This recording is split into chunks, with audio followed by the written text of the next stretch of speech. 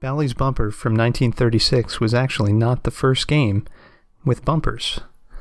That was Patience Bolo from 1935. And, wait, not that kind of bumper? Oh, sorry.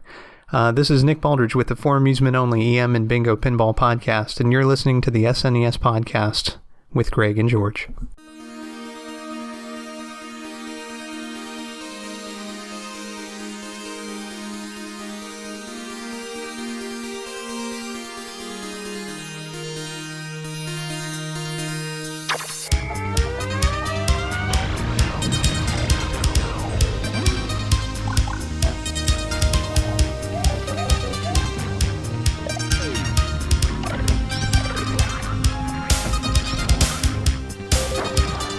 $200, a Super Nintendo setup costs twice as much as the old system. For the money, the company promises better pictures, sound, and adventure.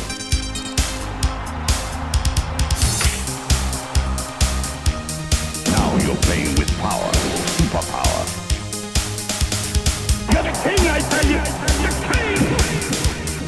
Only for Super NES.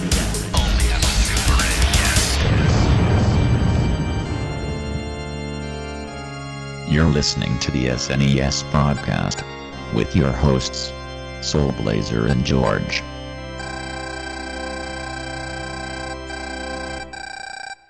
Hello, everybody. Welcome to the Super NES Podcast, episode number 83 coming to you this time. 83 already, wow. But, yeah, it's getting up there. George and I were talking about that like off mic, actually before we started recording. That's me. I'm George. But, was I supposed to interject there? I'm glad you did. Okay, cool. It wasn't planned. It was just like, like... That's how the best parts happen in podcasts, though. They're never planned. Yeah, trying to come up with creative intros 83 times does not get easy. But, anyway... You're telling me. The game we're covering this episode is George's pick, and George picked a real doozy for us, which is certainly one of the most infamous and classic games. Well, now definitely classic game, not so much when it first came out. It's a cult classic. I already go further to say cult classic because I was going to talk about that a little bit on as we go into it, but we're covering Earthbound. One of the most unique, original, and definitely distinctive RPGs of all time, especially in the Super NES. Yes. So, obviously, George, you must have some affection for this game. Do you want to talk about it? Do you want to tell us your affection and history for it? I know people won't shut up about this game now, but this is a really cool game for the era. It's an RPG, but it's not any typical RPG. It's not one where it's just, medieval setting and this and that and all that. It's set in a more modern era, and also it's got a bunch of stuff to it that makes it stand out because of how weird things get.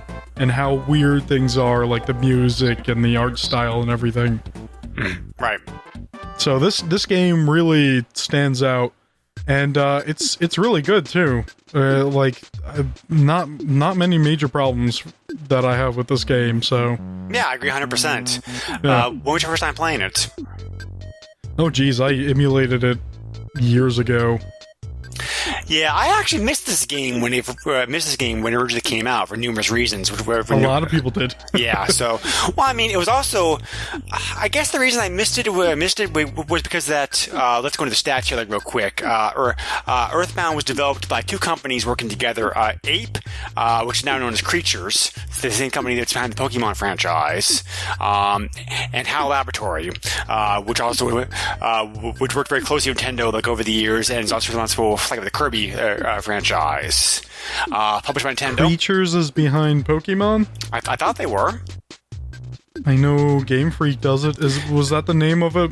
It wasn't Game Freak originally, right? Was it a different name? Hey, I think it was a different name, but I think you're right. I think I got Game Freak and Creatures mixed up. My bad. So maybe I don't know what Creatures does, but at the time they're developing this game, I know both of them sound familiar. Yeah. I just there is some part where the wires got crossed, and we don't even know what wires got crossed, and we don't even know where to find them. Right. Yeah. Since I mentioned it, let me take a quick look here to find out what else that Ape/Creatures has done. Because I know what Hal's done. Hal's done a ton. Oh, geez. It is almost limitless. Yeah.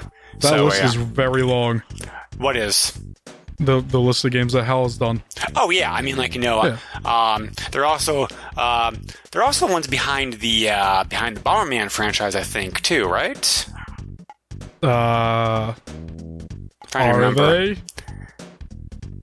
That doesn't sound right to me. I could be wrong, but... Okay, all right, yeah. We were both right as far as we were both right as far as the Pokemon franchise goes. Creatures is responsible for making the trading cards and toys. Okay. And the video games, Game Freak is the one that's actually behind the original concept, and they're also the ones that are behind the TV show.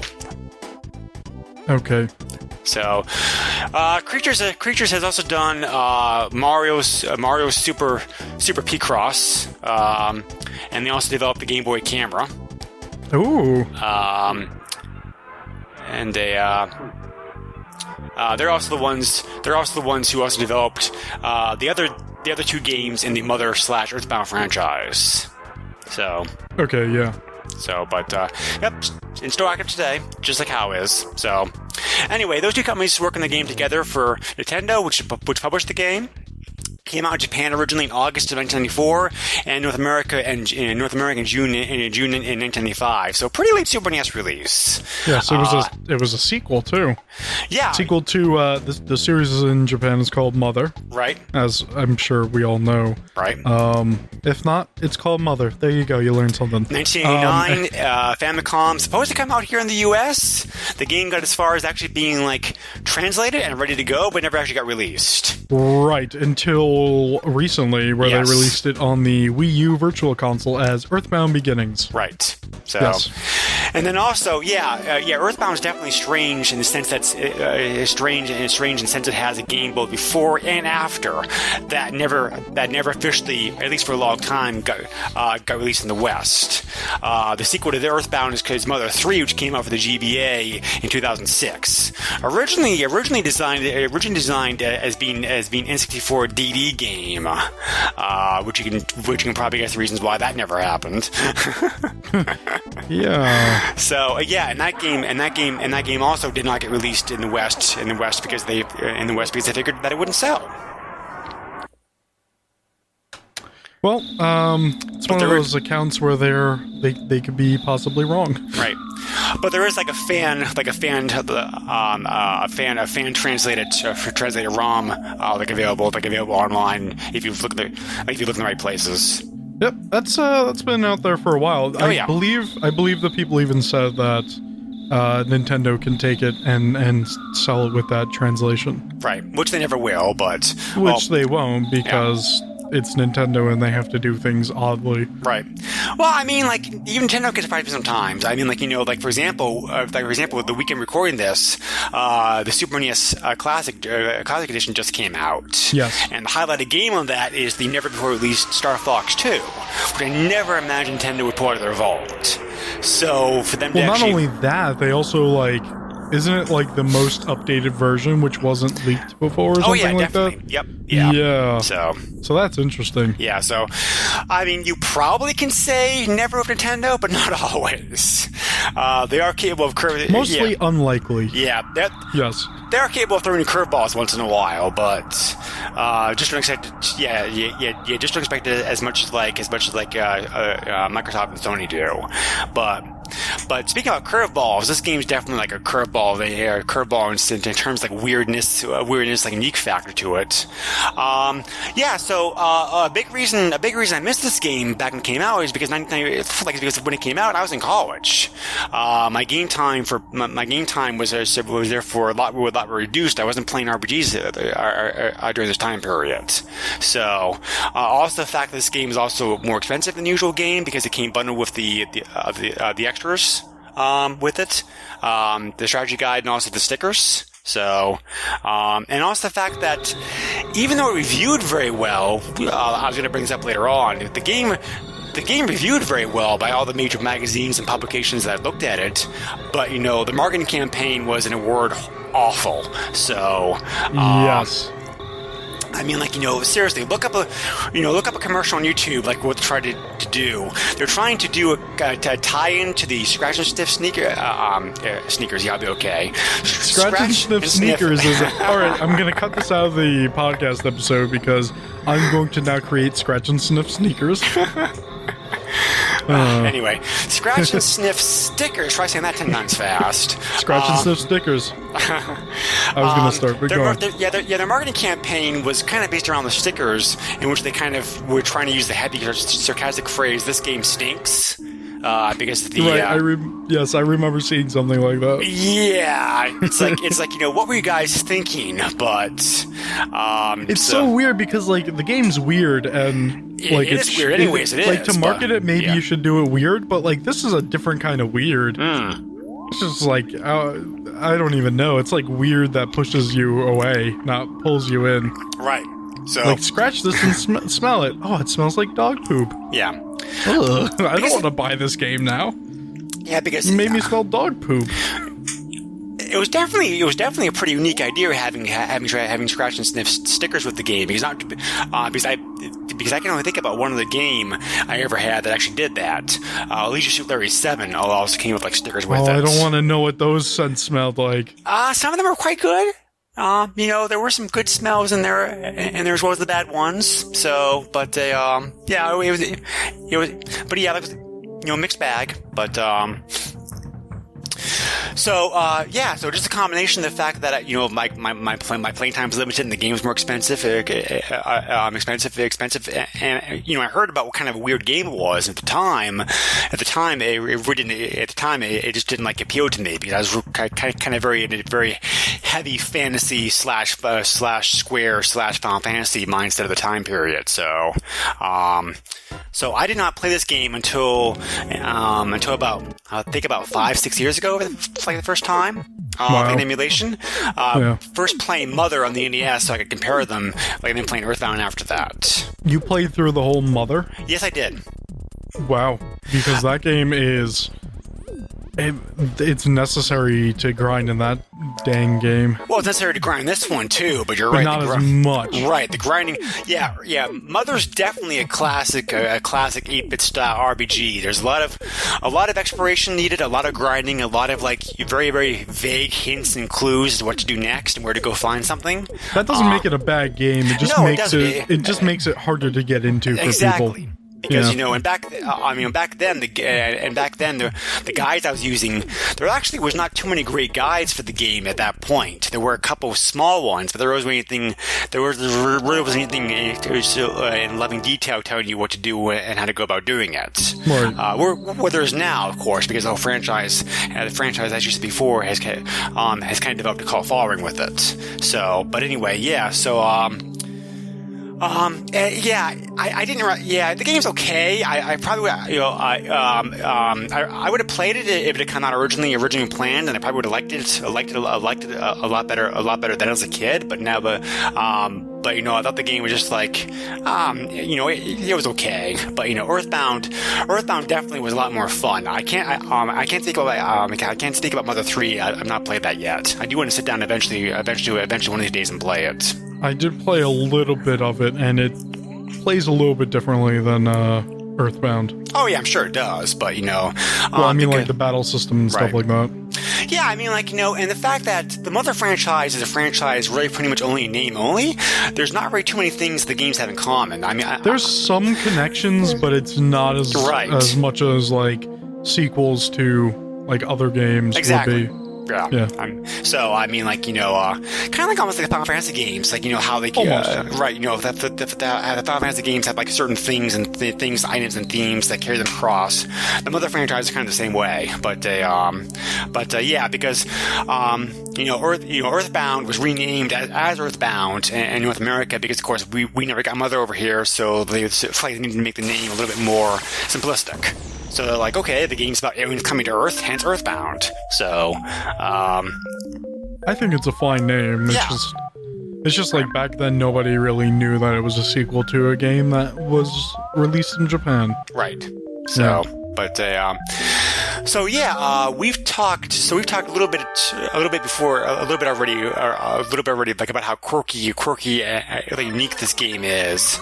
It's very unique. I've not played a game quite like this one, like before or since. I guess there are some. I want to say there are some PS2 RPGs that are like similar in that kind of tone and everything. There are some games I can think about that they have some similarities with these one of the things that the Earthbound does. But I get they have the game that has everything that Earthbound has in it. For example, the modern day setting is pretty unique. There's not really too many games out there that actually have you playing in modern day Earth. That's what I really like, and I wish there would be the Persona more series of that. comes to mind as also being a modern day RPG series. So, but that's different because Persona is more of like you're fighting demons and stuff, whereas Earthbound is like you're fighting creatures that are like likely to be found, creatures, people, so on and so forth, that are likely to be found in this kind of place where, like, within the city you're fighting normal people that are just crazy now or something, or you're out in the woods and you're fighting bears. Like, that's more plausible than what's going on in Persona. Right. Yeah. Right. So the combat system is also very unique. We'll get into that here like in a little bit. The graphics are definitely unique. The viewpoints and the viewpoints and how the stages all have different looks and feels and themes to them. Very, very, very, very striking graphical game. As a matter of fact, the graphics are one reason the game did not sell very well when it first came out, because people looked at it and they were like, this just it looked like an 8-bit game to them, which, like, ironically today the whole retro gaming thing's in like full on force. So, which probably needs to slow down a little bit, to be honest. But I guess the best way to describe the game for anybody out there who hasn't played it is it's kind of like it's a Japanese take on how they see America. It's a very kind of you buy hamburgers and you have like absentee fathers who bribe you with money to gain affection. Wow, that does sound like America. Yeah, so I mean, obviously, they're laying on the parodies. The parodies here, it's very, very thick. But but the designers said that their whole goal was to kind of make a kind of like parody slash whimsical look at how Japanese see the United States, and they're heavily inspired by several like American TV shows and movies and music and that kind of stuff. Like making the game. So, it's pretty lighthearted. There's definitely some there's definitely a lot of humor like in the game. There are some very serious, very serious tear-jerking moments in the game too. But I'd say overall, the whole theme of the game is kind of like more like a whimsical take on what would happen if aliens suddenly showed up and started mutating creatures, that kind of stuff. So. Very, very strange game, all around, but that's part of the charm. Yes. So, you want to talk a little bit? So let's talk a small bit here, like about the story, George. Do you want to have a go at this? Aliens visit Earth. Yes. Well, you have a good alien and a bad alien. It sounds like a video game, Greg. Yeah, exactly. Huh. You play a young boy named Ness. Ness's age is never actually given in the game. He looks like maybe he looks to me about like 10. 10, yeah. I was gonna say 10-ish. But and he's in bed one night, and all of a sudden a meteor crashes nearby in his town. So like he goes out to explore it, and you find out pretty soon that an alien force crash landed the meteor, like the name of Gigas, I believe is how you pronounce it. I thought it was Gygus. Or Gygus, that worked It's too. either way, maybe. Yeah. I don't know. He is trying to take over the Earth and is mutating animals, humans, and objects into very malicious creatures. And there's a good alien who's a small fly-like creature who helps you at the start by telling us what he has to do to stop the alien. But he gets killed shortly afterwards in kind of a comical scene. Yep. But yeah, so you have to collect melodies in what's called a sound stone to be able to stop him. And again, like I said, this game is very unique because I can't really think of any other games in which I collected music like this. So basically the gameplay is just you recruiting friends and recruiting people to help you, and just going around the world visiting various towns and various countries, trying to collect all these melodies, and trying to stop your neighbor Pokey who's gone mad of power for some reason. So the music part of this game kind of reminds me. It's not similar in any way, but it reminds me of this RPG called Before the Echo, which is it's kind of like a DDR-esque thing, but you use a controller, and you use that to input commands and spells like that, and that's music-based, which is pretty cool. It reminds me of that a little bit, but they don't play the same, obviously.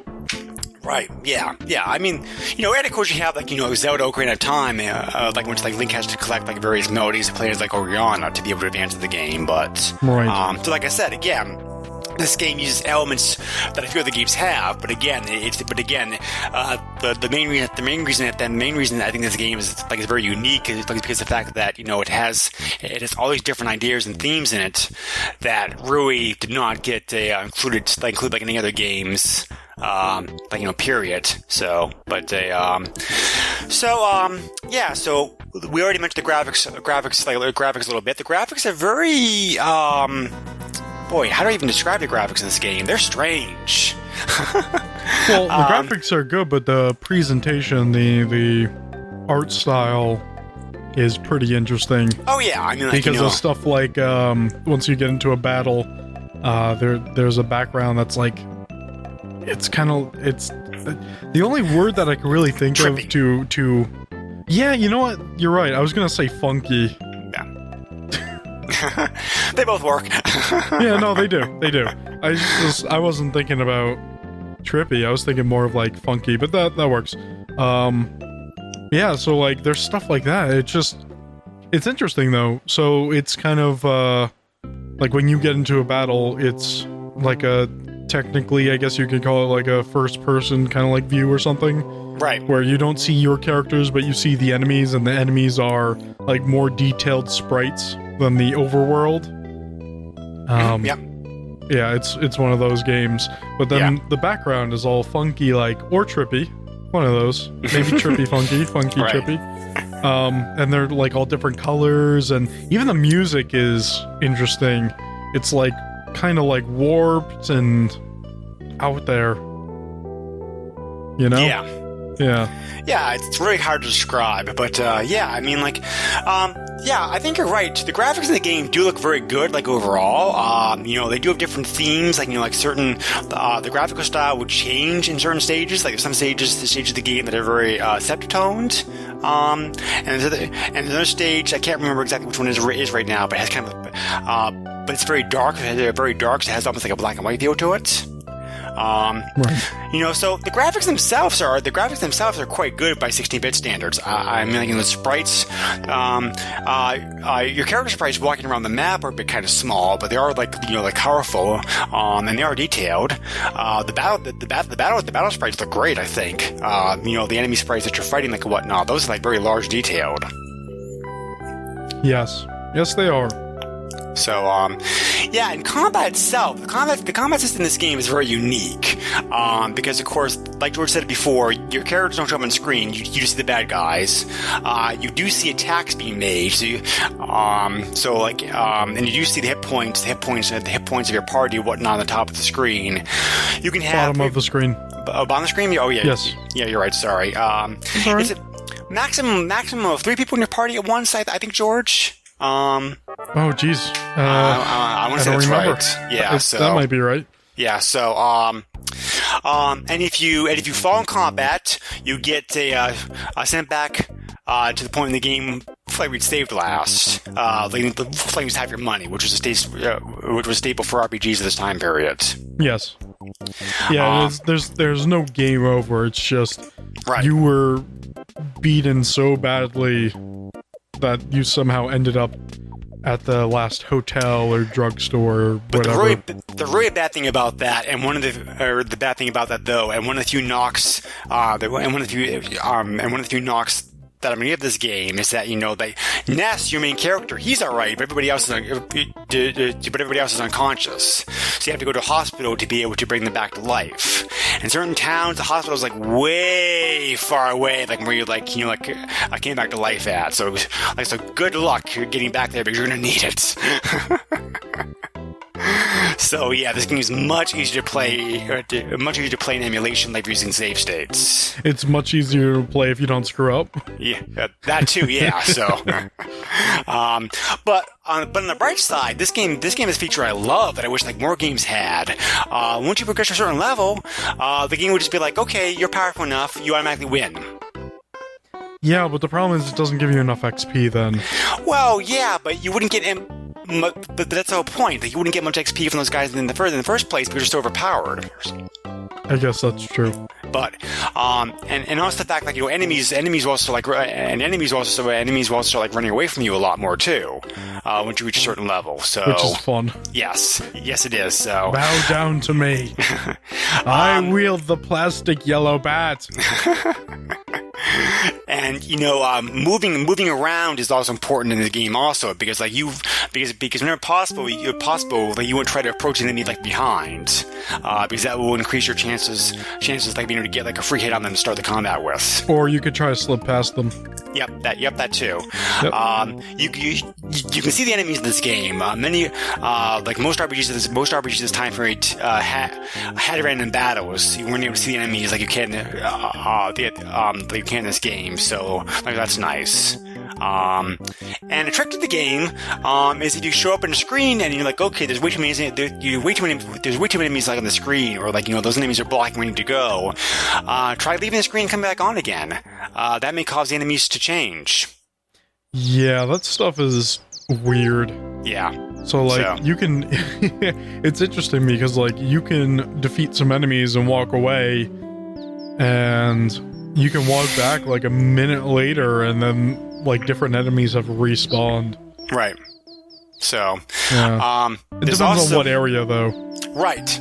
And this is also important for something else too. You know, like, you know, I'll get more details of this like later on, but you know, one of the original versions of this game that was dumped was not a very good dump because they weren't able to get past the copy protection that Nintendo had built in their games. So the only way you could tell is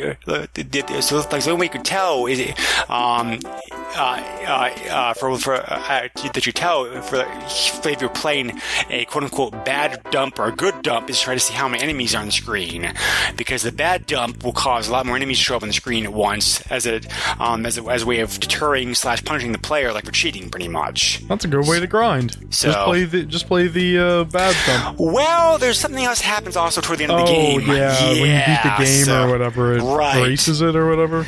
It's really nasty. As a matter of fact, a lot of people have considered this to be the most devious, underhanded, evil copy protection period as far as the game goes. Right, because you put in all that effort to get to the end, and then it just erases everything. Yep, it locks up on you during the final boss fight, and then and then turn the card back on, and your game themes are gone.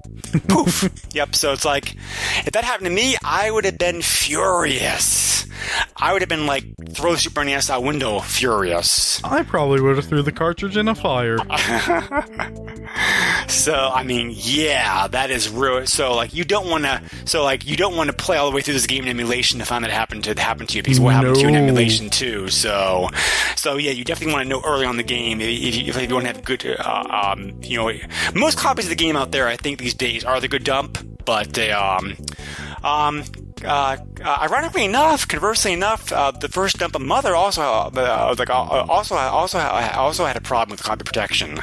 Yes. The game had halfway through the game, a copyright message screen would come up and the game would lock up on you.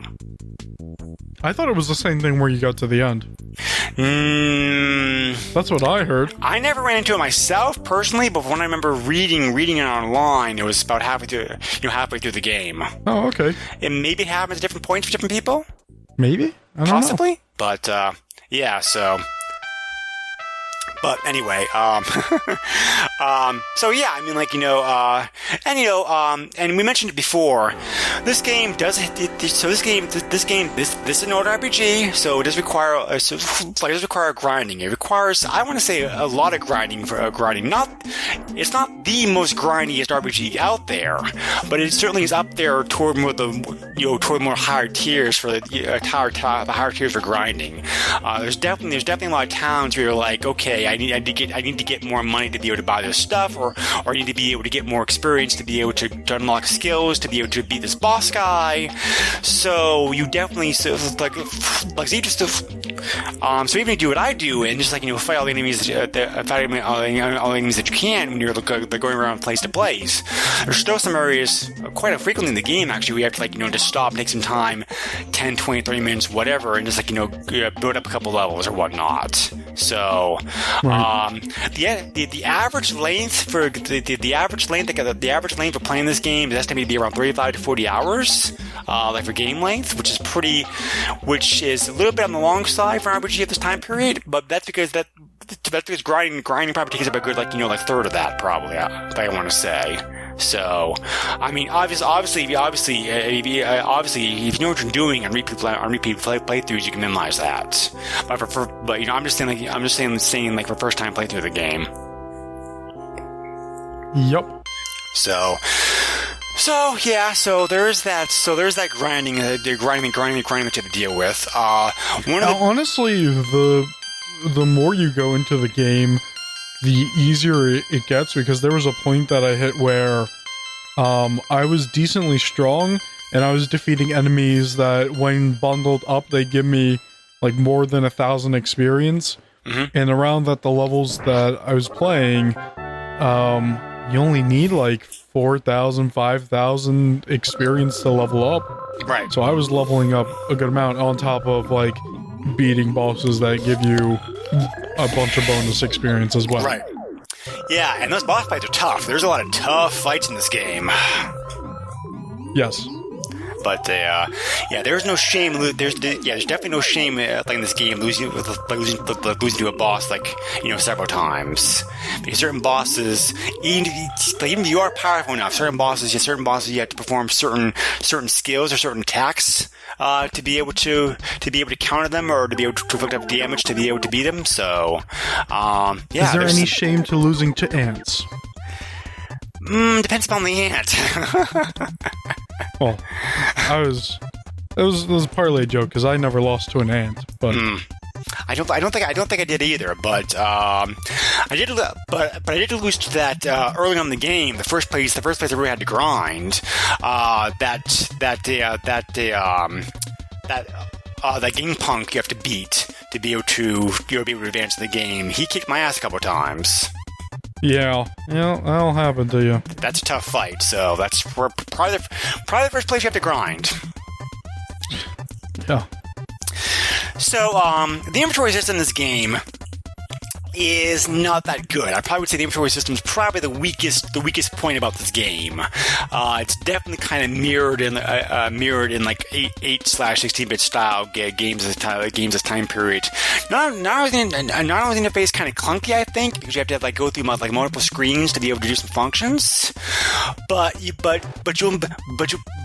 inventory limit's very, very small. You can only have 8 items at a time, and you can't stack items. So it's it's not the best. No, it's not terrible. The worst, but it is pretty bad because it's just you have 5 key items and you have 8 slots or whatever, and it's well, I need stuff for healing, but I also need to collect this new key item. So I have to throw something out or I have to eat this cookie. Which honestly, when you by the point where you get to level 15, maybe 17, 18, cookies are very useless. You might as well just throw them out anyway. But my favorite part is when you finish a battle and it's I had a full inventory and I was fighting crows, and crows drop cookies. So it's just do you want to throw away something to hold on to the cookie? No.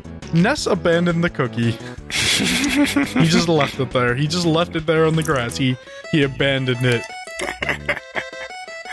Yeah, that is pretty funny. Yeah. It's pretty good. So yeah, I mean, between the clunkiness of the inventory system and the limitation itself, that's definitely the weakest part about this game. Yeah. You just have to deal with it, unfortunately. Until you get new party members, then you have another full inventory. Yeah, that helps a little bit. Yes. But still, you still the same 8-item can't stack item restrictions. So, but and spoiler, not those people gonna stay with you the whole game. Yeah. So I mean, and if they go bye, there goes your other stuff too. So yeah, you gotta be careful about that. That happens in a decent amount of RPGs. Yeah, especially this time period. Yep. I mean, they're not as user friendly as they are now. So you gotta be careful about that. Yeah. But yeah, I mean, as far as the actual pace of an RPG goes, this game, I wouldn't call it light or breezy, but I definitely would say this game kind of flows a bit faster than usual Final Fantasy type games. Probably because of the fact that the battle's not random, and you can choose how many fights that you want to get into. So you kind of want to get into all the fights you can because especially I early feel on. the earlier part of the game is going to be rough if you kind of skip a good amount of those battles. Right. So that's why I even did I made sure I didn't really miss many battles on top of I did a little bit of grinding, and that really helped me out because honestly when you get to a certain point, once you get to the second town, there's a village you need to go to after that second town. Mm-hmm. When you get to that point and you get to that village, that's the best grinding spot to have because those enemies are weak, and on top of that they give off a good amount of experience. Right. And I didn't even do much grinding. It was I want to say it was 10 minutes of me walking around trying to figure out what to do. and I got a few of these levels, and that really helped me out with the multiple boss battles in that area, which was really nice, because it's just like those boss battles took like nothing to do then. Exactly. Yeah. So there's also semi-related. There's also well-known bug in the game that you can use. You can use rock candy to boost your stats, like to boost your stats, like a battle, like unlimited, and unlimited, like amount of times. I did not know that.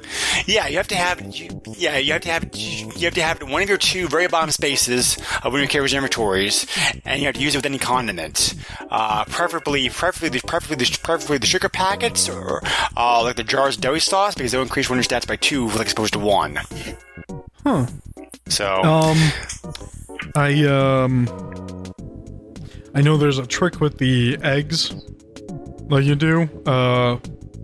There's a place where you can buy eggs, or you can just steal them, or pay as much money as you want, basically. Right. And those eggs actually hatch into chickens, and you sell those chickens for, I think it's like about $100 a piece, something like that. Yeah, that's what. And you could just keep hatching them and keep selling them and get a lot of money. Yep, I was going to talk about this here next. Money in this game is pretty easy to get. I never. I'm like, yes. This is an RPG, which like before long, you have like more money than you know what to do with, because how money works in this game is kind of funny. You don't get it right away from battles or anything. Exactly. You call up your dad, and your dad says, "All right, well, you defeated these enemies. You made this kind of money. I'm gonna put it in your bank account." Exactly. And you're like, "Oh, thank you, daddy." And then you go to the ATM with your ATM card, of course. Yep. So crazy. Just like an interesting thing, like an RPG has an ATM that you get money from your father that he wires to you. It's just so crazy. And it's like depending on how many enemies you defeated. It's really interesting, but it's necessary to keep your money in the bank, because when you get defeated, like you said before, Greg, when you get defeated, you lose some of your money. Is it like half of your cash on hand? Yeah. So, there is no lack of ATMs. You're gonna find yourself going to the ATM a decent amount of times, but ATMs aren't really few and far between either. So it's not too much of a problem. True. So yeah, it's really interesting. On top of, although this is supposed to be like modern times, like all these stores, department stores and everything, work on a barter system kind of still, where like you can buy from them, but also you can sell to them, and it's like, when was the last time you could do that other than like a thrift store or something, like a whatchamacallit, it's escaping me right now, I can't think of it. Oh, Salvation Army? Kind of. I mean, that's more of like you're donating stuff, like a pawn shop. That's what I'm thinking. Yeah. But so yep, your father's too busy working to come home to actually take care of you. So he just sends you money instead to make you happy. But hey, he's making that sweet money. So every time you tell him that you bashed in another old lady's skull in, that he's going to give you another $200. Right. Like, it makes sense. This is how the United States works. Daddy goes to work, stays at work. Yep. You call him up and tell him how many old people you beat up today, and then he gives you $200 for each old person. Yep. And your mother stays home and makes your favorite food for you, whenever you want to, which punches all your HP. Right. And you can name your favorite food in this game, right? Yes. You can name it some funny stuff. You can put 4 names in it, if I remember correctly, at the start of the game. You get to name yourself, you get to name your best friend, you get to name your dog, and you get to name your favorite food.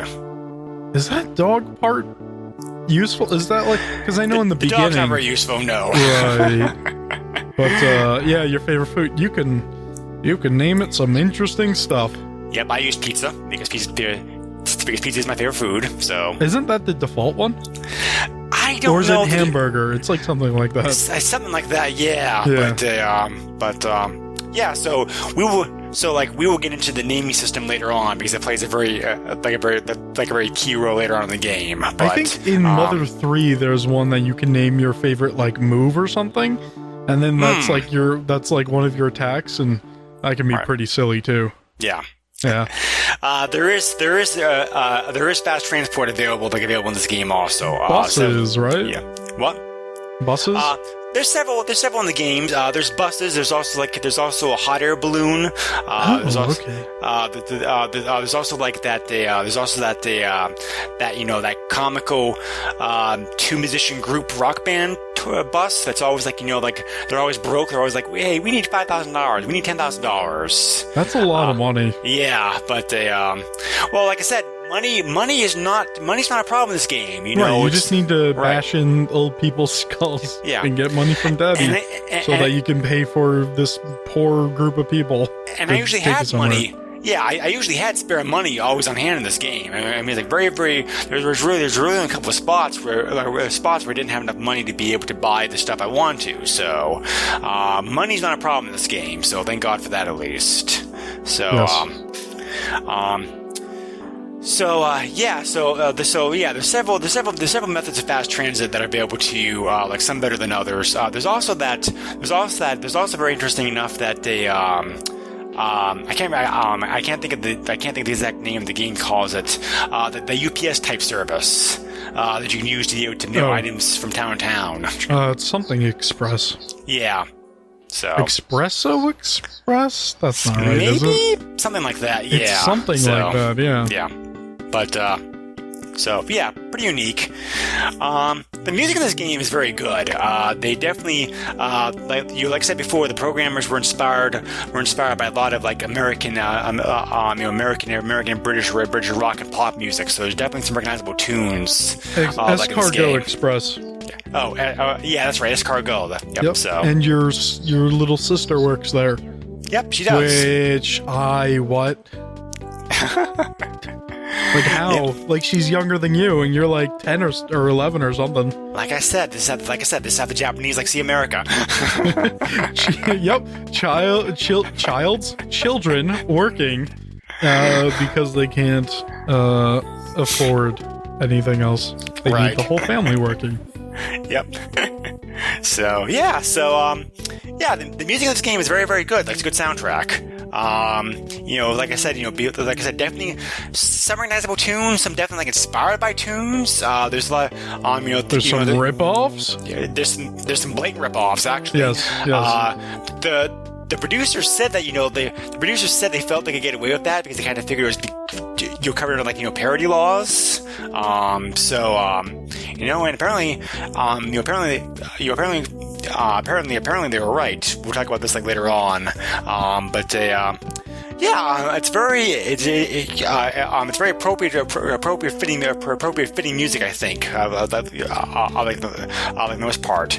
I wouldn't call it my favorite RPG soundtrack, but it's very good. Like certainly up there. Yes. Yeah. No. It's got some great music. The script though, the translation's top notch. I mean, like I've never seen a game translate like this before, because not only did the people actually translate the game perfectly, they also like Americanized it a huge amount.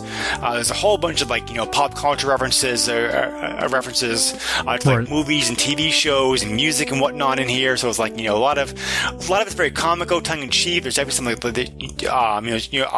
definitely some like laugh out loud moments.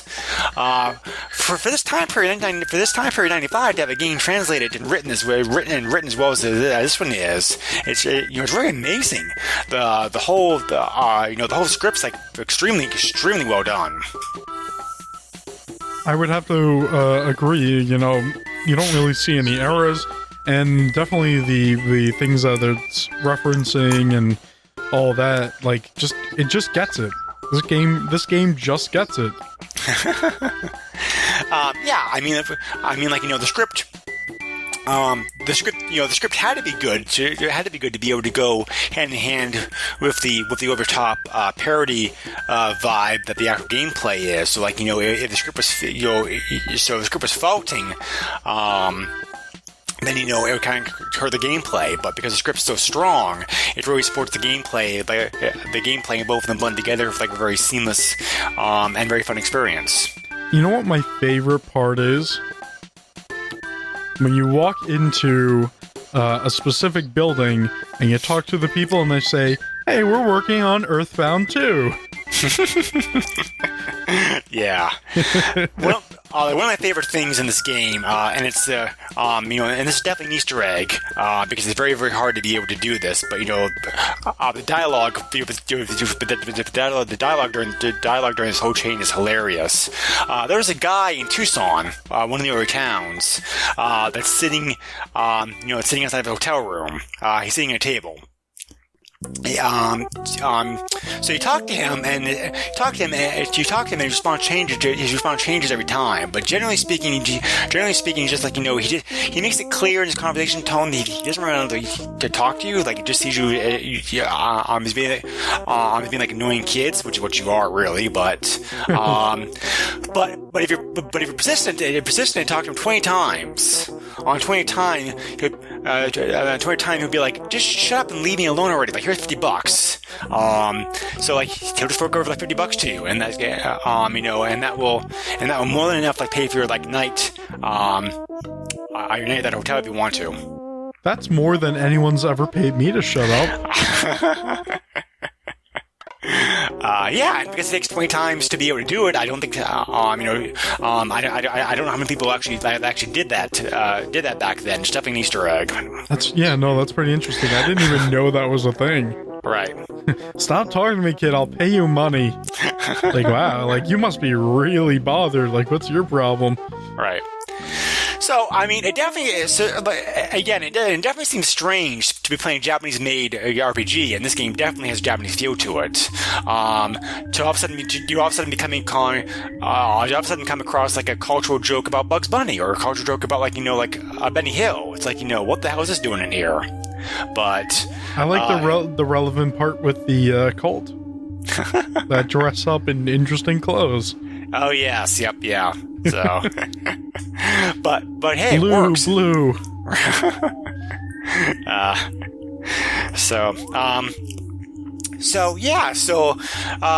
Everything about this game is like very, very unique. The gameplay is unique. The battle system's unique. The music's unique. The script's unique. The ending's even unique because it's like, there's some very like cool tricks the ending does. Where it's like, finally at the end of the game, you finally get to go into the alternate dimension, like with the ultimate dimension, like with like the big bad boss fight is, which is also like a very like trippy scene, also, by the way. Spoilers, right?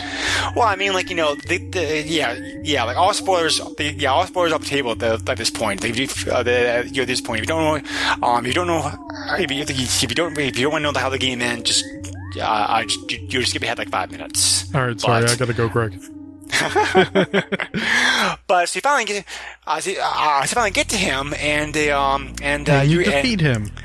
Not at first. Your attacks really don't do too much to him. So it's like, your party. And the game is kind of telegraphing this a little bit before in the past, because the game, there was a character halfway through the game who confirms if what your name is, because you had to enter your name at the start of the game, and there's also a character halfway through the game who's like, hey, I'm just checking to make sure so-and-so your name. You're like, okay, so I knew something's going to be up. I didn't expect the game to break the fourth wall, though, like in the way that it does here, because it's like, eventually you reach a point in the battle where your main character is like, calling out to you directly as the player to pray for them, to be able to pray like your energy and your energy, like your hope, to add to theirs, to be able to beat the enemy. Oh, it's like a Dragon Ball Z type of thing. Yeah, kind of like. So it's like, but yeah, things breaking the fourth wall like this, I love. I absolutely love games that break the fourth wall like this, and that brings up the prayer command, and you just have to just like prayer for like 5 times in a row, I think. To the prayer, actually, the prayer actually gets through, and the party's able to keep fighting him. How many Hail Marys do you have to do? Probably quite a lot. But so after you beat him, you get to the prologue. We get to walk around the whole world at your leisure, with no enemies, and just talk to people and just bask in their glory. Like, hey, you did it! Congratulations! Like, you're awesome. You rock. You're cool. That's interesting. Usually RPGs just end. Exactly. So yeah, very very cool. This game allows that. Right. Yeah, no, that's interesting. Exploring after you finish the game. Right. That's a really cool thing. Yep. So, but and yeah, the game doesn't actually end. The game doesn't actually end till you get back to your parents' house. So. Oh, it's like an epilogue type of thing, huh? Yeah. So, obviously, some changes had to be made to the game when it came over to the U.S. because Nintendo's policies like its time period. For example, the Japanese version of the game, they blatantly ripped off the Coca-Cola logo. That was a big no-no. So that has let's be honest, laws are more lenient over there for that. They are, yes. Stuff. So they also had to move the Red Cross from the Red Cross from hospitals. See, that's a big thing. Yeah. Because even today, a lot of people don't even know about that. Like, that's like a trademark. Yes, it is. You can't openly do that. Right. Yeah. So, and obviously being Nintendo, the crosses, like on the tombstones had to be taken out. But alcohol also became coffee. Man.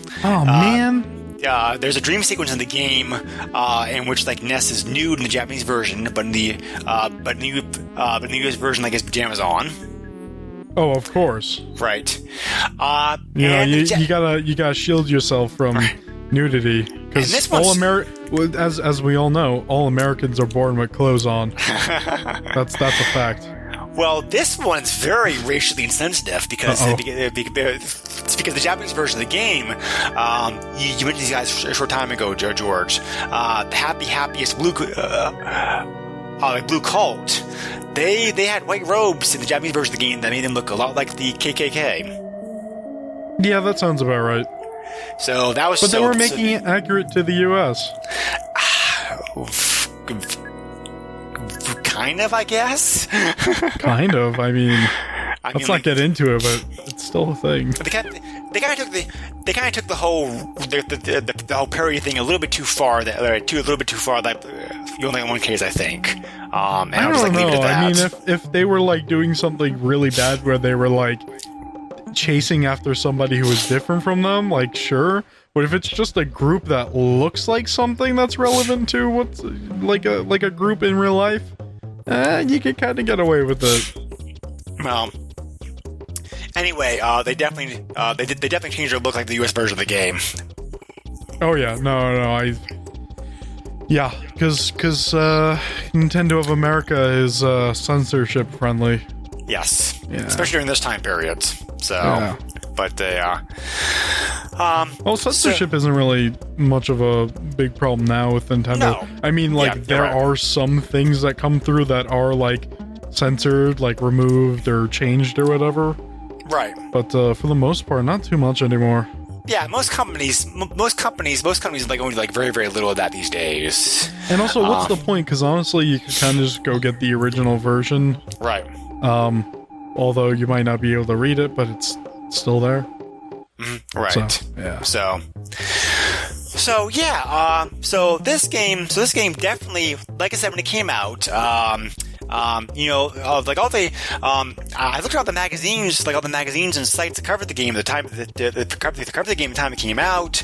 The reviews universally were positive. I mean, the lowest review I saw of the game was 3 to 5 stars, or 75%. Really? So universally, but the game did not sell very well for several reasons. Nintendo really wanted the game to succeed. They had their doubts at the same time. They thought they knew the game was going to be hard. They knew the game was going to be difficult to sell for several reasons. RPGs were not a huge market in this country at this time. The game Which was is a shame. Right. The game was very over the top, kind of like whimsical, like a unique style. It wasn't like any other games out there the time period. And they're concerned about the graphics. The graphics, I thought the graphics were very the graphics are very good, but people in this time period were probably just as concerned, if not more concerned, than people nowadays as far as graphical quality of games.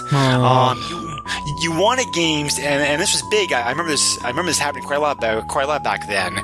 16-bit games, you wanted to look 16-bit. You didn't want the game to look like a sub 16-bit or like 8-bit or like an 8-bit game. And there are some stages of this game that kind of look almost like 8-bit as far as the graphical as far as some parts of the graphical quality go. So Nintendo was concerned about all this, so they put out a major marketing campaign. They spent about $2 million on marketing this. The game was sold in a big oversized box that also that not only included a strategy guide to the game, it also included that special included that special scratch and sniff sticker sheet we talked about it before. Scratch and sniff sneakers. Yep. So. But the marketing campaign was not very successful. We already talked about that campaign later in the podcast. So between that and the fact that this game was more expensive, was more expensive than a normal game because of because bonuses being included and because of the graphical style of the game and everything else, did not sell very well over here. The game only sold about 140,000 copies, which was less than half like was sold in Japan. Right. And because of that, the game never got the European release. So, I don't even know if that's something you make fun of. So, this game was development for 5 years too. This had a very long development cycle because they started working on this almost right away, the original Mother came out. Right. So, and the size. The size of the game got increased twice. Twice the programmers had to go to Nintendo and were like, "We don't have enough space in the cart to be able to do all this. Can we have an increase?" Because the game originally went from the game originally went from 8 megabits to 16 megabits all the way up to 24 megabits. Wow. But so the game did not sell very well when it came out, but in the years since then, they kind of became a cult favorite. RPGs, popularity of RPGs increased the country, of course. People started getting nostalgic like road games, and they're like, this is a very good game. So, a lot of people nowadays are still very mixed on the game. There are a lot of people out there who don't like the game for one reason or another. But generally speaking, the overall sum average of the game on say Moby Games or Game of the Accused, for example, it's about 3.7 stars out of 5. Baldur's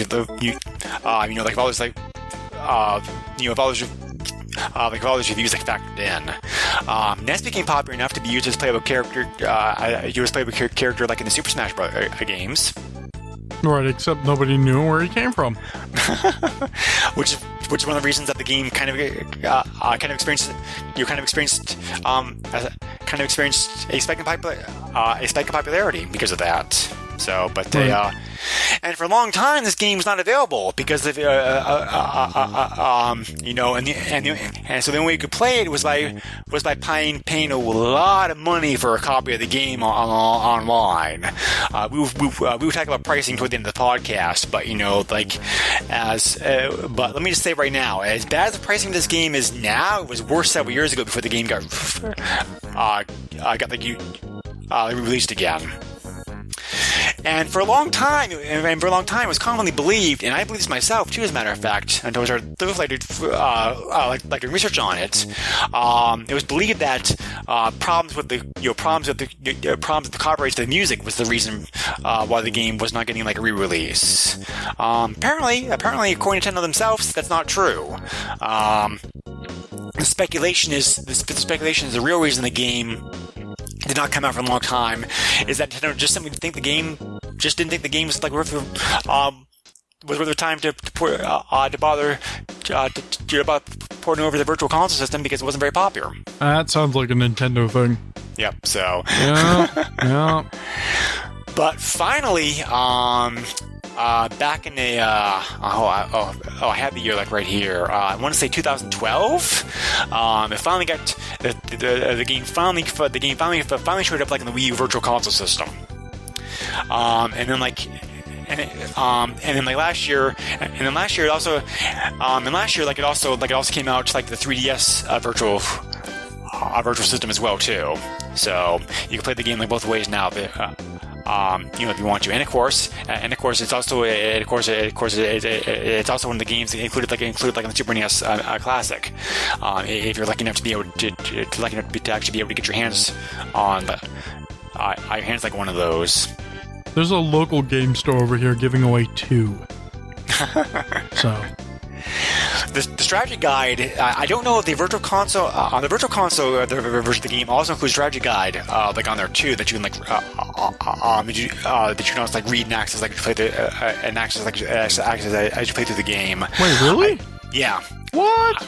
I don't know if the Super NES Classic Edition does. Probably not. I don't think so.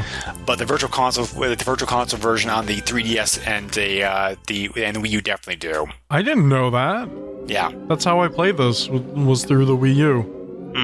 The power of the Wii U was able to play Earthbound. Yeah, and most people who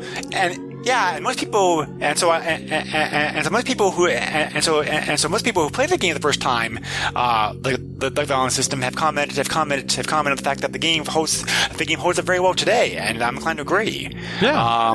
With those, minus those complaints we mentioned earlier about the Inventory grinding and all that. the grinding inventory system Well, and whatnot. Well, RPGs these days really don't make you grind. So, what RPGs are we talking about here? I can name a certain Final Fantasy that made you grind for like 15 hours. Oh God, which one is that? 13. Oh yes, Yeah. that did have a lot of grinding in it, but That's probably one of the worst Final Fantasies ever. But so depending upon how you're coming at it, I think generally speaking, these gamers felt the game did hold up very well today, and I'm inclined to agree. I mean, those issues aside, especially the whole nostalgia kick that we're on like right now, the game looks, plays, and feels great.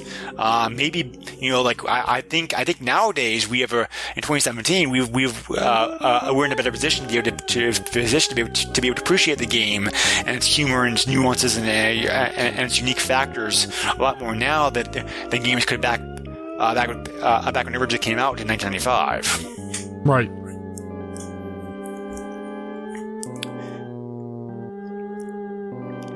So we're kind of getting toward the closing thoughts here. Like I said before, I think this game's a lot of fun. If you enjoy RPGs at all, this one's definitely worth checking out. There are ways to minimize the grinding, and there are ways to minimize the inventory system problems that we did, problems we talked about before. Definitely playing this emulation may be the best way to do it. Because save states are very, very handy. The Super NES Classic Edition will also allow save states in it, so you can also take advantage of it that way as well. Very helpful. There are places in the game where you can get lost. So having a guide to walk through handy is helpful. I wouldn't call it critical, but certainly would help you to minimize your aggravation, because there are some stages in the game, especially that freaking sewer level, that's like so frustrating to go through. So going through that as quickly and as easily as possible to minimize your pain is definitely like a good thing. Because one of the other drawbacks about the game is there's certain dungeons where it's like if you want to, like, where you get beat up and need to back out for whatever reason, you have to go all the way back through several screens, go all the way back through several screens again to get to a town, then to find the hospital, then to find the ATM, then go back like and probably have to fight a whole bunch of enemies.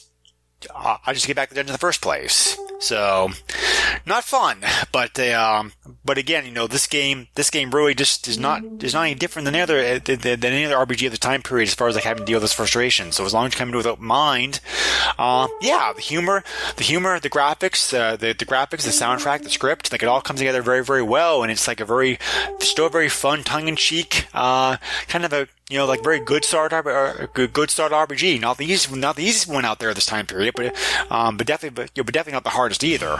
I definitely thought, for example, that another RPG that you and I covered a while ago, George, Seven Saga, was much harder than this one was. Oh yes, yeah, no, that was much harder. Yeah, and also punishes you for multiple people in a party. Yeah, unfortunately. Yeah. So, what do you have to say about this game to close up? It's a really cool game. If you haven't tried it, go out and try it. You can emulate it, but if you like it, maybe you should buy it on the Virtual Console. That's not necessary, though. Anyway, it's a great game, and it's a shame that it's only somewhat recently become popular and not popular around the time it originally came out. But, yeah, I would say the popularity of this sometimes game, late bloomers are a thing. Right. I would say this game started. I would say this game started getting wide notice. Well, wide notice. Around 10 years ago. Like when NES first showed up in the Super Smash games, and like Mother 3 came out in Japan. The combination of those things helped to give us some more attention, and the popularity seems to be growing every year. As far as that game goes. So I forgot to check how much the game is going for in the Virtual Console system. Probably $5. I think it's like $10. $10? Yeah, that's fair. But I'll take a look at it while you can talk about other stuff. Yeah, if you want the actual physical copy of this game, though, prepare to open up your pockets because this is still going for a lot of money. I'm keeping my pockets closed. I don't want to lose that much money. Well, like I said before, this game has. Keep this in mind. This game has gone down in price since it came out virtually several years ago. So and this game's infamous for repros being out there for it. This is probably the first major Super NES game that got repro to death. So and there's still repros being sold on eBay. So definitely buyer beware. I mean because again we just talked about this in our last podcast. A lot of these repros are not marked anywhere on the card that the repros. So the only way you're going to know is by opening up and looking at the PCB. There's several very good guides online, on YouTube, that will walk you through step by step how to be able to tell a real Earthbound cart like a fake one, for example. So if you have any question or any doubt as whether the copy sitting down a game store on Craigslist or whatnot is a real thing, definitely give those guides a look first before you pay for it.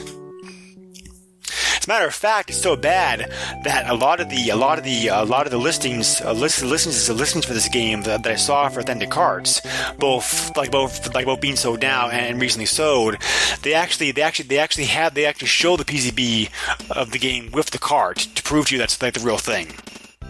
Yes. Yeah, that's a big problem. Yeah. Yeah. So anyway, yeah. So buyer beware. Definitely physical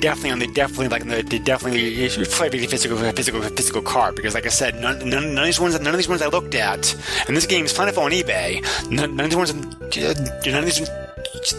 looked at, had any kind of markings or whatnot saying it was a repro. So. Anyway, there were 108 copies of the game currently available for sale. 170 copies recently sold. If you're happy with a repro, and like I said, repros are fine. If they're fine, like if I would do, they're fine if you're not a collector. Like I would, like, all you want to do is like play the game. The repos are usually selling for around $20 to $30. Not bad. There are also several. I don't know what category to count these in. There are several original games also available in which the seller said that he's replaced the battery in the game because of course these games are over 20 years old and the batteries are starting to give out on some on some of these carts. So I guess you could call those refurbished carts. But so the price of those are a little bit cheaper. The price for those kind of fall in between the repro and the original authentic, not touched copies of the game.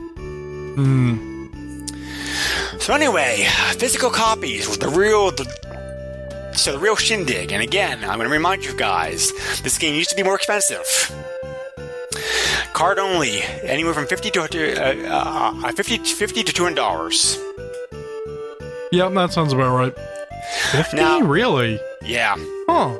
I found it. Yep, I found a copy that sold for like $50. Wow, somebody got a really good deal. And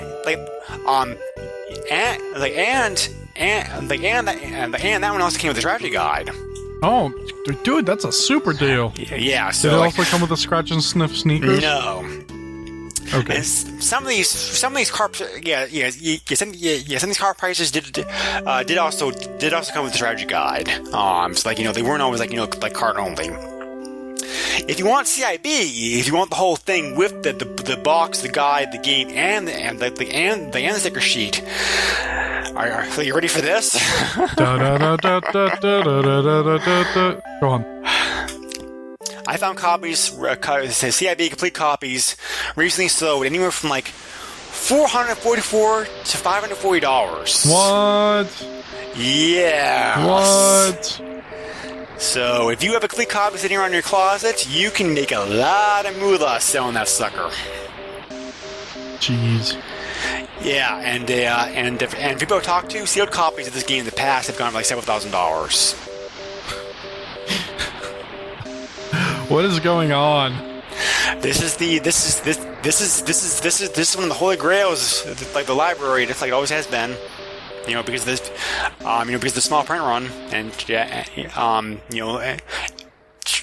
like the popularity of the game like recent years. So, not the most expensive Super NES game I've looked at. Wild Arms was selling actually for more back when we covered this game way back when. But which one? It's definitely Wild Arms. I'm sorry, I always do that. I always get game confused. The Young Guns. Okay, I was gonna say Wild Arms doesn't go for much. Like what? Wild Guns. That's the name of the game. I'm sorry. Okay. That's a Nasumi arcade or arcade like shooter game. That's also very, very rare. But So I mean, 104,000 copies I wouldn't call rare, but the game's certainly uncommon. And because of the popularity of the system and the system of the game itself right now, that kind of explains the high price. Yeah, it's a shame. Yeah, so like I said, thank God the game's available. They can available the Virtual Console these days. Well, you can also emulate it. True. Yep. So, well, I mean, technically, you are emulating it. Like you're playing a Virtual Console. So. Yeah. Well, I mean, you're paying money for that. Yeah. Yeah, I'm perfectly okay with that, though. I mean, $10. $10 like a virtual copy of this game is like fine. I'm cool with that. $20 like a repro. I'm fine with that. I'm fine with that too. That it seems like an okay price. So. Yeah. And $50 for the cart and and $50 for the cart and the guide. Pretty good deal. So that's whoever bought that, definitely got to steal. Wheeling and stealing and dealing and the vast majority of the copies of the game that sold card only recently though were definitely like $100 plus. So yeah, so like I said, if you like I said before, if you want to buy the game physically, just buyer beware. Make sure you do research. Make sure you do research first, and and pay with a credit card if you can, so you have the extra protection like the credit card company to be able to back you up in case you find out that you got cheated. But yeah, Chrono Trigger sells for almost as much money like online store these days too. So it's certainly not the only game that's up there in that price range. Nah, I have the PlayStation version. Yeah, which is fine. Fine. It's just that version, like, suffers like slowdown. Does it? I know there's loading times. Well, that's what I mean. But by that, okay. The DS version of the game, I think, is probably the best version to play. I had that, and then I gave it away. That's worth a lot of money these days too. But you were feeling generous that day. Yeah, I don't even know who has it. So one of the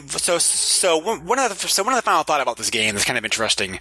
Not only is Ned kind of Ned, you'll be okay. NES kind of become popular these days. The Starman's also showing up quite a bit. As popular character, yep. A popular character thing that originally came to this game. He's a boss fight in this game, a very tough boss fight. He is a man and he is a star. Yep, and he's a star man. And he can rain down holy death on you if you're not ready for him. So, but so it's the Starman. The Starman was featured prominently front and center on the box of the game too. So it's it wasn't like it was original a new thing, but it's like the Starman just kind of become popular recently these days. So, but I don't know. So yeah. This appears to be in the franchise. Nintendo has repeatedly said there's not going to be a Mother 4, so hopefully one day all three of these games will get bundled together in one easy to play collection for us here in the West. That'd be nice. One can always dream. Like I said, Nintendo sometimes does do curveballs every now and then, like we talked about previously. So but you never know. I'm just glad this game exists. Yeah, it's a nice game, and people should play it. Yes, they should, especially when they're RPGs. But so I think that pretty much wraps this up. I can't think of anything else more to say about this game. What about you, George? No, I think I said everything. I believe. Cool. All right. Well, as always, we very much appreciate you listening. Listening to the podcast. Thanks, Greg. So if you have any questions, comments, feedbacks, ideas for games, we've gotten a lot of suggestions for games recently, so keep that going. You can find us on the Super NES page on Facebook, or you can also send me an email directly to the SNESpodcast@yahoo.com. We also available on iTunes. We very much appreciate. Try that again. We very much would appreciate if you'd be kind enough to give give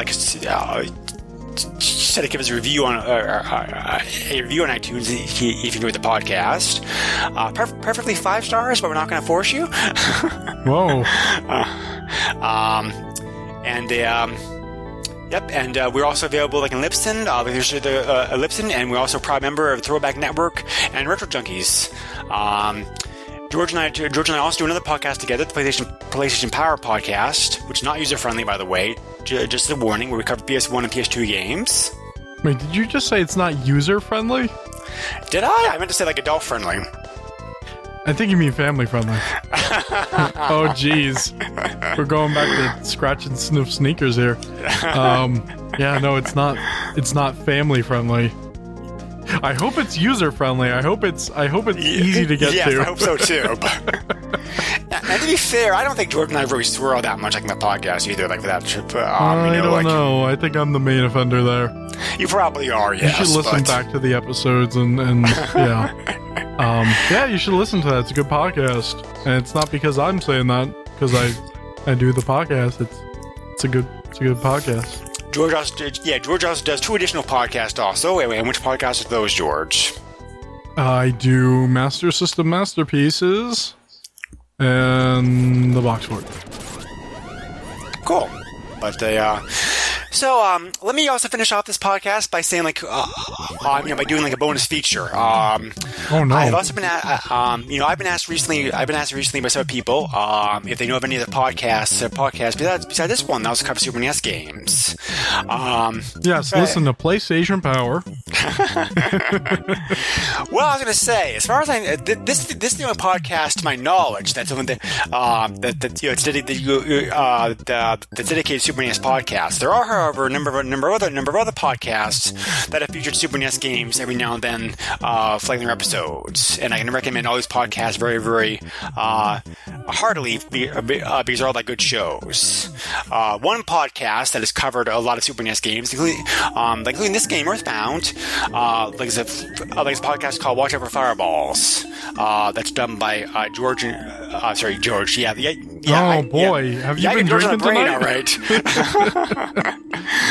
Gary and Cole are the hosts, like in that podcast. They've been doing it for several years. Very, very good podcast. They cover a wide range of games from NES stuff all the way up to like the current games. But they covered about 20, maybe even 25 Super NES games, over the years. And they go into deep dives like in those games too, like in like much longer episodes than when George and I usually do. So definitely check that out. See if you want to hear another take on Earthbound, for example. If you want to hear some other deep dives, like some other Super NES games. Warning that podcast as well. Yes, that podcast is not family friendly. Just a warning, but is it user friendly though? It's definitely user friendly because they're available. They're available on Facebook, and they're also available like Google search if you just watch out for fireballs. Comes up very, very easily. So you know what also comes up very easily if you Google it? Oh boy, PlayStation Power. Yes, it does. Okay, I'm gonna stop. As a matter of fact, George and I were talking about this off mic. Watch Out for Fireballs it's going to be covering ActRaiser in November, which is one of my all-time favorite Super NES games. I definitely want to stream that game to kind of tie into that podcast. We may do that as part of the Extra Life charity event coming up this year in November, with those details going to be worked out. But yeah, so look forward to that. So I definitely want to stream that game because it's a blast. I love it. It's definitely one of my favorite Super NES games. Also, another podcast that Gary and Cole do together, very, very different nature, but they do, Abject Suffering, which is usually half an hour to an hour long podcast, which optionally is about a game that's usually not a very good game. There are redemptions. There are games that they cover every now and then, and they cover quite a number of Super NES games like that podcast also. Sometimes they talk about games, sometimes they don't. Well, they do talk about the games. The thing is that usually that's all the coverage you get, 5-10 minutes. Yes. So it's a very different podcast. It's a very good podcast. Yeah. Yes. It is very good, but you have to have a very peculiar sense of humor to really be able to fully enjoy it, I think. But if you do want the game coverage, there is, even though it may be limited, there is game coverage on there, so they do talk about the games at least. So, but another podcast that's featured Super NES games recently has been the Press Continue podcast, which you can find, on the Throwback Network podcast. That's just a podcast with two people, like a guy and a girl. I believe they're married or relationship together.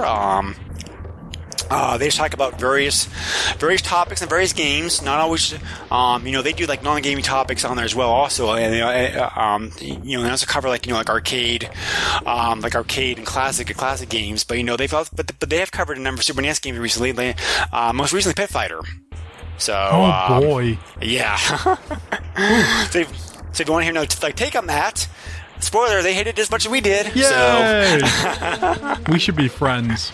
And obviously because that podcast is on the Throwback Network, that one is family friendly. So, finally, there is the Our Brooklyn Bites podcast. which you can find at OurBrooklynBites.com. That's a weekly podcast by two guys, a guy and a girl who are friends in New York City, and their podcast is they usually like each of them usually plays, one of them plays the classic game and one of them plays a modern game, and they cover that game for 45 minutes like whatnot, and then they finish up the episode by talking about like current news and events going on like gaming and gaming stuff. So and they've covered quite a lot of Super NES games on that podcast like over the years, including including a game which I really like, which I want to cover some point, Cybernator by Konami, which is a very unique overlooked game, I think. So they also covered a bunch of Disney games recently. Like Aladdin, DuckTales. DuckTales is but no, not DuckTales. What was the name of that game? The Scrooge game, the Super NES, whatever it's called, they've covered it. A bunch of other games. So yeah, as far as I know, those are the 4 podcasts out there besides ours that actually have given some coverage of Super NES games. If anybody out there knows of any other additional podcasts, please by all means let us know about it, because I'd be more than happy to plug them. Well, what about our friends at Super Podcast Bros? They have covered. Yeah, you're right. They have covered some Super NES games. Not specifically. They tend to cover them as part of themes. They don't really look at the games individually per se, but they do often turn up on your top 10 list or whatnot. So, but yeah, if the Super NES game is part of a theme, I don't think they've done a top 10 Super NES game list episode yet. I'll have to go back in the library to look. I don't think they have. I don't think they have either. Yeah, but they have talked about SNES games before. Right. Yep, they have. And also the another podcast that just came to mind, Strange Gamers covered some Super NES games from time to time. Oh, yes. That sounds right. Usually in passing, they don't really give it kind of they don't give it any kind of deep coverage like the podcast that I mentioned previously do, but they do have, they have mentioned them. And also the Retro Gaming Roundup podcast way back when also did a special episode. They also did a special episode dedicated to top 10 Super NES games. Nice. So as far as I know, that's it for Super NES coverage out there besides this one. Like I said, I may be wrong. There are always new podcasts coming out.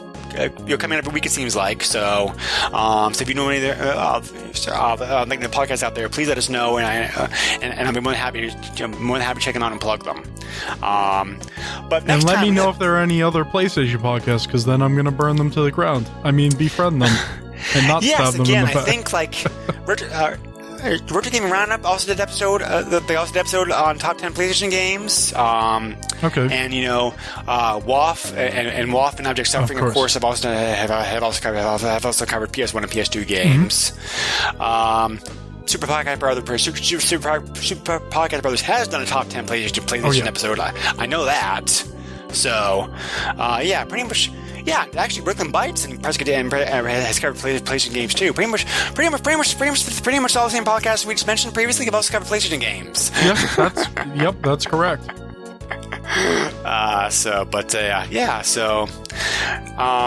I heard somebody rumbling a couple months ago about possibly doing a PSP dedicated podcast, but I don't think that ever got off the ground. Do you know this person? No, not directly. I heard secondhand on Facebook. Because if that is a thing, then I must join it. He may have just been shooting a pie in the sky. Maybe I want to do this at some point idea. Who knows? But well, let's steal his idea then and shoot down his dreams. No, but if that ever comes, I have to be on that kind of podcast.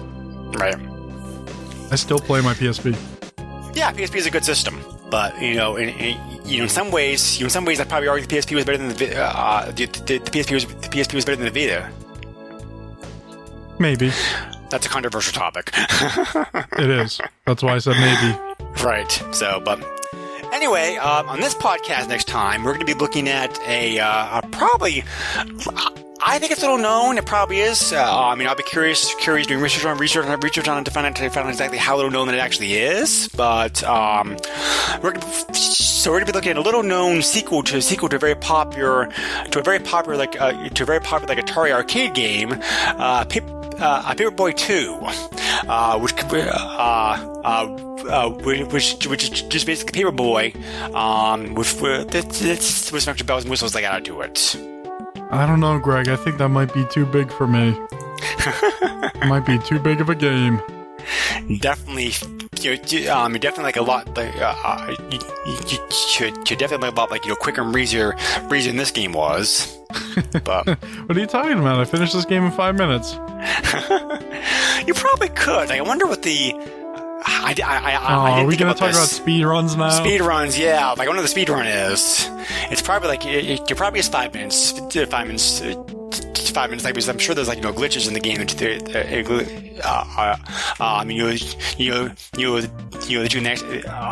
you can exploit. Well, I'll let you know that speedrun.com says the quickest time is 3 hours 47 minutes 41 seconds. That's pretty good. That's pretty damn impressive. It's not 5 minutes, but it's definitely not 5 hours. There are movies longer than that. Oh, I feel bad for this guy. There's a guy that's in 99th place that has 21 hours 34 minutes. That's not even a speedrun anymore. That's not even a speedrun anymore. That's like the speedrun of Super Mario Brothers has gotten so notorious and so difficult to do these days. Oh man, the story of that is amazing. I know. But nowadays, it's so difficult. People literally are getting new speedruns by shaving off 0.000001 seconds. Kinda, yeah. Yeah. It's crazy. Yeah. So, yeah. Less than 4 hours. That's pretty good. They definitely probably glitched the living heck out of the game to be able to do that. I don't know. I didn't look at any of the videos. So, but Anyway, we don't recommend going to this game 4 hours because you miss all the fun of it. Or do you get the most fun out of it? I suppose, but I mean, if you just want to experience the game and don't have time to play it, there's always YouTube. For a second, I thought you said U2, and I don't know why. Like the band. I don't know why I thought you said that.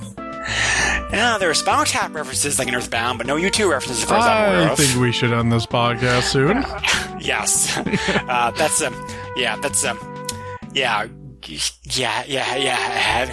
Have Earthbound reference Spinal Tap album was the last thing I expected. So we'll end this podcast here. We'll find a very offbeat and crazy thing. So. Yeah. But anyway, thank you again for listening as always. We appreciate the help and the feedback and the support and everything else that comes with this because you guys are awesome. And we'll catch you again next time. Bye. Take care. Nintendo controls 80% of the video market. But no matter how you play the game or which game you play, things definitely have come a long way since Pac-Man. Now you're playing with power. Deep power.